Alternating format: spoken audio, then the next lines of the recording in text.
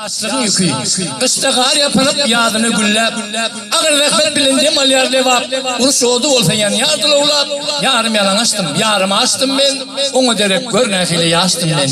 Gelmese de topun tüpemin sesi, sana burada amı deryan depesi, kâsurluğup kâtü dülzep nefesi, pay piyade mendilerden açtım ben, onu derek görnekiyle yaştım ben. Dize perdim sertep yağdalanına, giyin çölün adamsız adalarına, ömrümün hatırlı odalarına hut azılın özledi düştüm ben. Emma ayağın vermedim, sebep yaştım ben. Egninde yöne kay ağlacı köynek, özü de duruşunu görk bilen görmek, başlarını şol kıydın ışkını köymek, giycesi günlüydü bir beyhuştum ben, termestim ben, tarkandım ben, yaştım ben. Yaşlık yarım asır iyidimde kaldı, armağanım şol köyüm kıydımde kaldı, dine akıl kuşum özümde kaldı, başkart bilmem halis şaştım ben, kocalıptır, ah görnekili yaştım ben.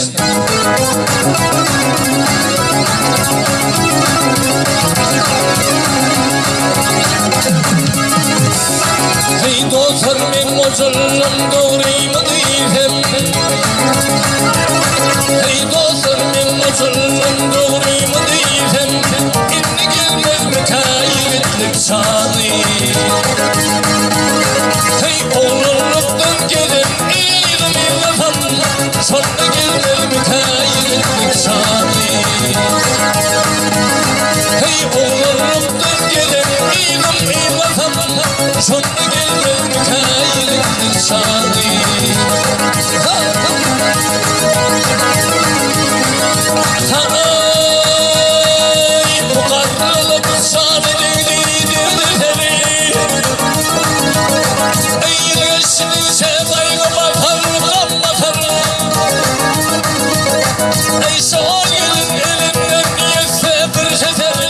Sonuna gelmez mi kayıtlık şanı.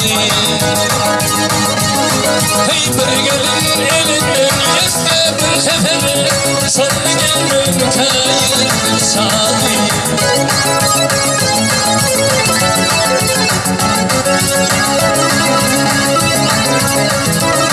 Hey badı kalın kurdu ömrümün gülüney,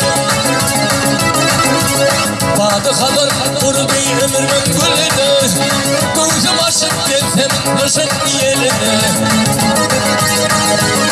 Hey oğruyun baksam dıyda geline, sonra gelmez mi kayıtlık şanı. Hey oğruyun baksam dıyda geline, sonra gelmez mi kayıtlık şanı.